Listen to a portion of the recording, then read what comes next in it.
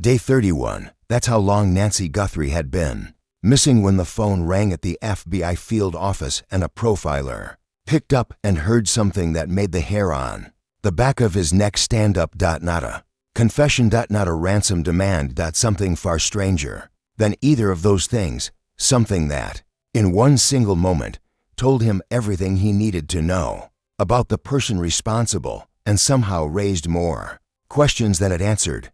Because here's what most people don't understand about cases like Nancy's. The public looks at them and sees a missing woman, a desperate family, a community holding its breath, refreshing news pages, putting flyers on telephone poles, hoping. And that hope is real and it matters. But investigators, the ones who have spent decades in rooms that most people will never see, sitting across from people who have done the unthinkable, they look at the same case and they see something completely different.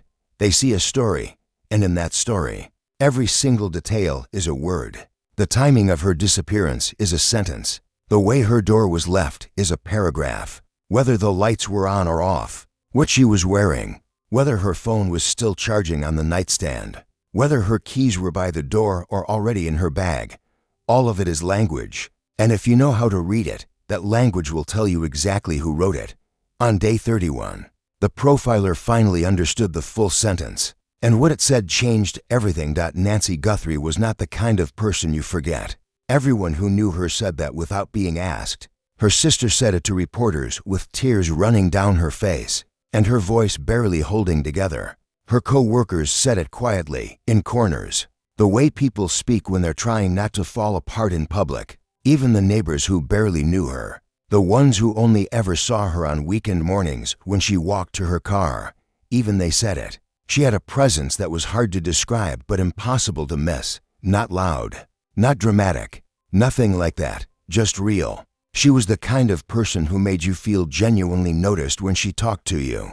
She remembered things, your dog's name, the trip you mentioned once in a passing conversation, the name of your kid's teacher. Small things, the things most people let slip through. She was good at people, genuinely, naturally good at them, which is exactly why her disappearance shook everyone so deeply. Because Nancy wasn't careless. She wasn't someone who took risks without thinking. She was a grown woman who had long understood that the world asks women to be careful in ways it never asks men, and she had made peace with that reality and moved through it with awareness. She locked her doors. She paid attention to her surroundings. She had a system, people she called when she got home, a short message sent when she was in safe for the night. So when that call didn't come, when the phone on the other end rang once, twice, 5 times, 10 times, and nothing, the person waiting for it knew immediately. This wasn't forgetfulness. This wasn't a dead battery or a distracted evening. The gut knows before the mind admits it. Something was wrong. What followed was the kind of chaos that descends on a family before they've fully accepted what's happening. Calls being made, doors being knocked on, the slow, terrible journey from she's probably fine to something is very wrong. Do we have to call someone? And when investigators arrived at her apartment, they found something that would take weeks to fully understand. Some things were out of place in ways that told a clear story, but other things, and this is what stopped the profiler cold when he first reviewed the scene, other things were almost perfectly undisturbed. Too perfect, the kind of stillness that doesn't happen by accident, the kind that takes deliberate effort, like someone had been careful. Thoughtful. Patient. That word, patient, came up again and again in the weeks that followed. In briefings, in case notes, in quiet conversations between investigators who were trying to put language to something that felt deeply, specifically wrong in a way that was hard to articulate. Because this was not a scene left by someone who had panicked. There was no evidence of rushing, no obvious errors in the early evidence that suggested the person had acted without thinking. Everything about it pointed to someone who had taken their time and knew exactly what they were doing. This person had planned, and that meant one very specific, very important thing to the profiler who was eventually called in to consult. It meant this wasn't random. It wasn't opportunity or impulse or wrong place, wrong time. This was what someone had wanted Nancy specifically, had decided on her, had waited until the conditions were exactly right. and then acted. The question that haunted the next 30 days. The question that investigators turned over in every direction. That Nancy's family lay awake with in the dark was 3 words long. Why her? The profile started forming in the first week, not because there were answers yet, but because the shape of the questions began pointing somewhere. The FBI profiler brought in to consult was someone who had spent more than 2 decades studying what he would later describe in interviews as the architecture of intent. He didn't just look at what someone had done. He looked at what the doing revealed about who the person was, what they needed, how they saw themselves, and what they were likely to do next. He reviewed the scene. He reviewed the timeline. He reviewed everything that had been documented about Nancy's life in the weeks before she disappeared. And 3 things stood out. The first was the absence of rage. This matters more than people realize because rage leaves evidence. It's physical and overwhelming and almost impossible to fully contain. Rage breaks things. It leaves marks. What the profiler saw at Nancy's apartment was the polar opposite. Controlled, measured, deliberate. The emotional signature of someone who was not acting out of anger. The second thing was what was not there. There was no evidence that violence had been the primary motivation. He was careful about how he phrased this when he shared it with the team, because the instinct is to hear that as good news. It isn't, not automatically. Because when violence isn't the point, you have to sit with a harder question.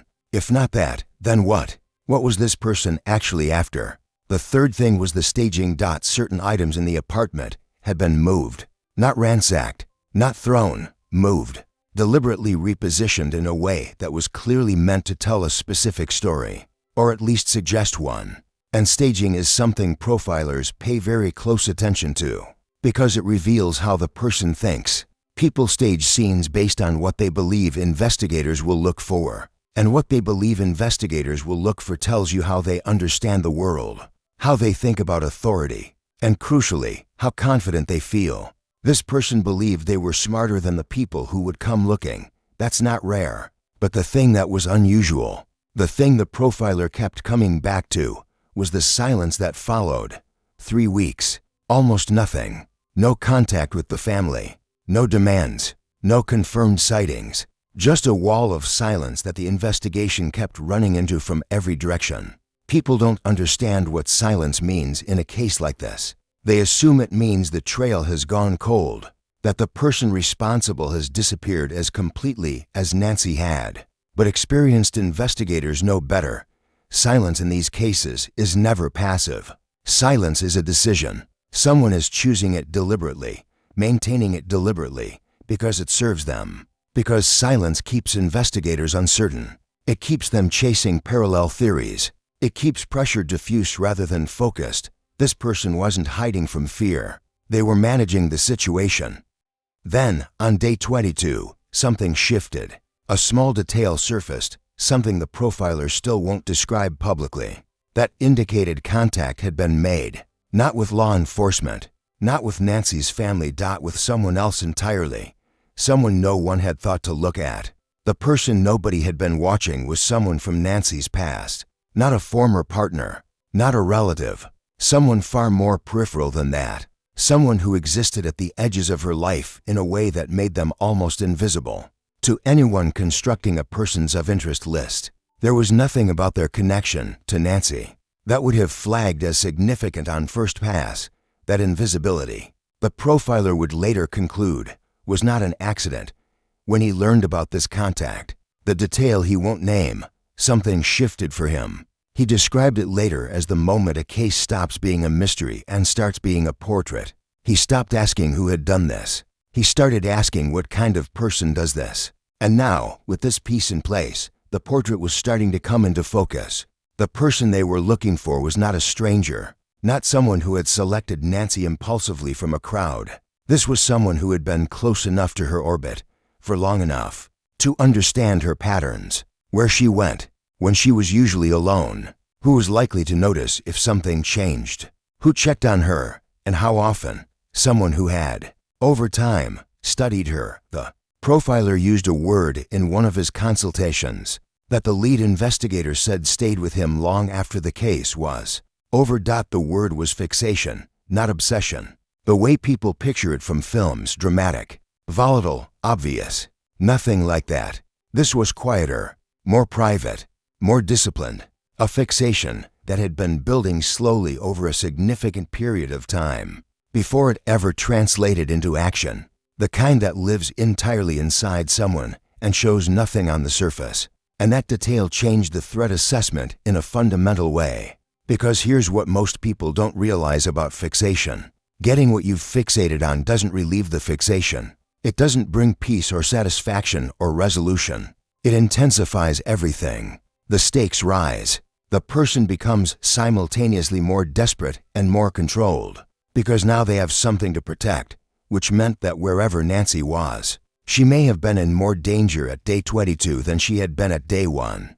Nancy's family was told only that there was a new development, that things were progressing. They weren't given the detail about the contact. They weren't told the word fixation.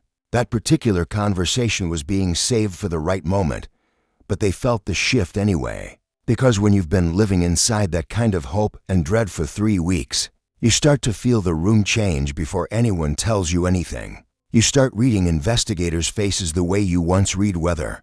Nancy's sister was sitting in her parents' living room the evening after that new detail surfaced. She was quiet for a long time, and then she said something that the lead investigator would carry with him for the rest of his career. She said, "Whoever has her, they think they know her, but they don't, and that's going to be their mistake." She had no idea how completely right she was.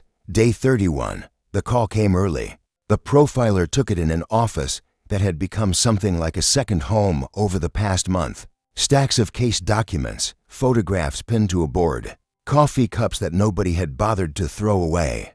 The source on the other end of the line was someone he won't name publicly, even now. What he will say is that it was not someone from inside the investigation. It was someone from outside, someone who had been holding a piece of information for weeks and had reached the point where the weight of it had become impossible to carry alone. What they told him did not add a new piece to the puzzle. It reframed the entire thing.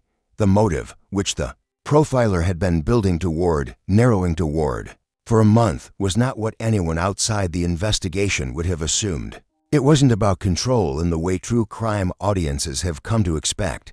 It wasn't primarily about power. It wasn't the kind of motive that fits neatly into the vocabulary most people use to make sense of these cases. It was about something quieter, something that, in a strange way, was almost harder to understand. It was about belonging.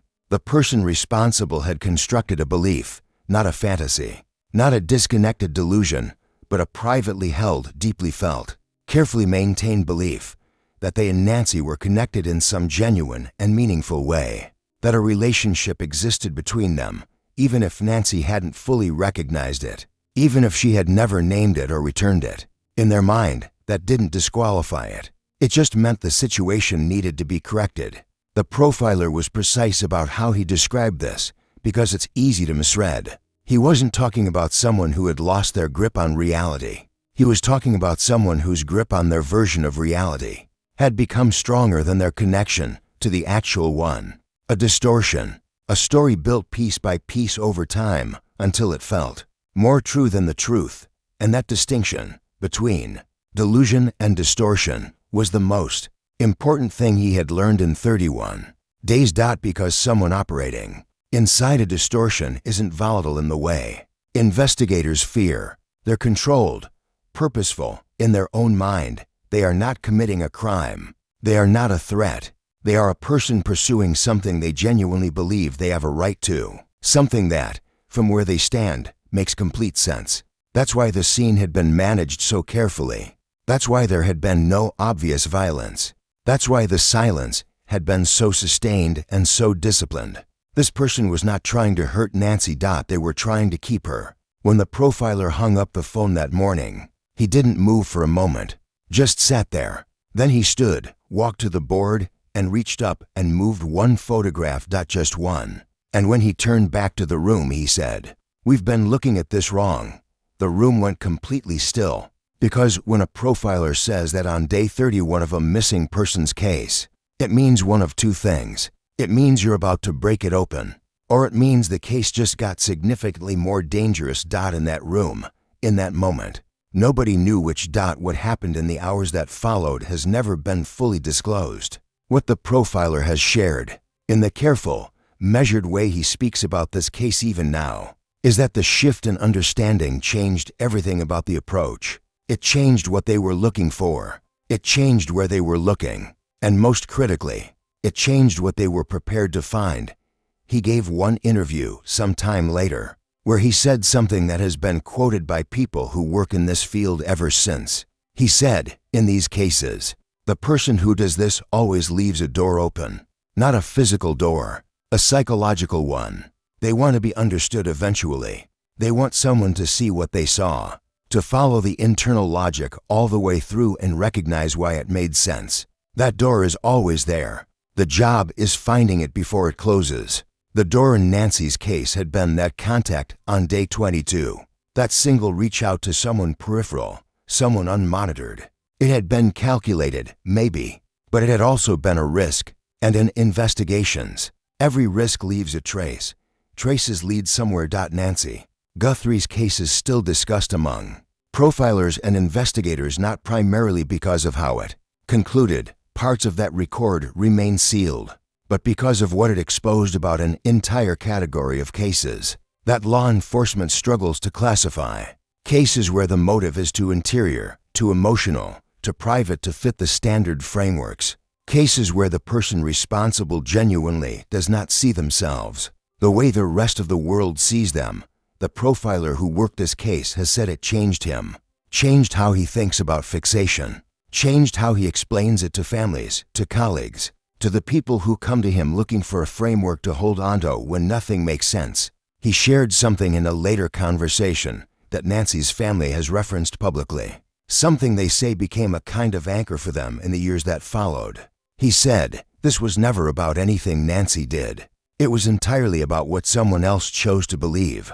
And that is the hardest thing for a family to carry, knowing that their person was chosen, not for who she actually was, but for the story someone else wrote around her without her knowledge or consent. Nancy's sister has spoken about it since, carefully, in pieces. On her own timeline, she says she goes back to what she said that night in her parents' living room, about whoever took Nancy not truly knowing her. She says she believes it now more fiercely than she did then. She says that holding onto the truth of who Nancy actually was, the real woman, not the constructed version someone else had built in private, is what gets her through the days that are still hard. And she says one more thing. Quietly, every time she talks about it, she says she believes Nancy knew it too. She believes, somewhere in all of it, Nancy understood that whatever story was being written around her wasn't true, and that her truth was stronger. Cases like this one don't leave you quickly. They settle somewhere just below the surface and stay there, because they're not really about crime at the deepest level.